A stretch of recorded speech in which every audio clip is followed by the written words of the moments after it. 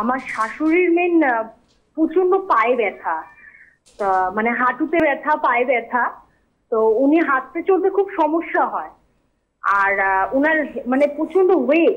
আপনাকে একটা প্রশ্ন করব দিদি ভাই। হ্যাঁ, বলো বলো। আপনার শাশুড়ি মা আপনাকে কি বলে ডাকেন? মা বলে ডাকি। তাহলে আপনি শাশুড়ি না বলে একটু মা বলুন না, শুনতে ভালো লাগবে। আচ্ছা, ঠিক আছে। বেশ, এবার বলুন। হ্যাঁ, মায়ের মেন পায়ের আর কি সমস্যা, তো ওর জন্য বলছেন। মানে ওনার ওয়েট ম্যাক্সিমাম 85। হাঁটুতে মেন সমস্যা, তাই তো? হ্যাঁ, হাঁটুতে, মানে হাঁটতে চলতে ওনার প্রচন্ড কষ্ট। আপনি হাঁটুর এক্সরে করিয়েছেন? না, হাঁটুর এক্সরে করানো হয়নি। হাঁটুর এক্সরেটা করান, ইমিডিয়েটলি করে রিপোর্টটা আমাকে পাঠান, বা এক্সরে ফিল্মের ছবিটা পাঠান।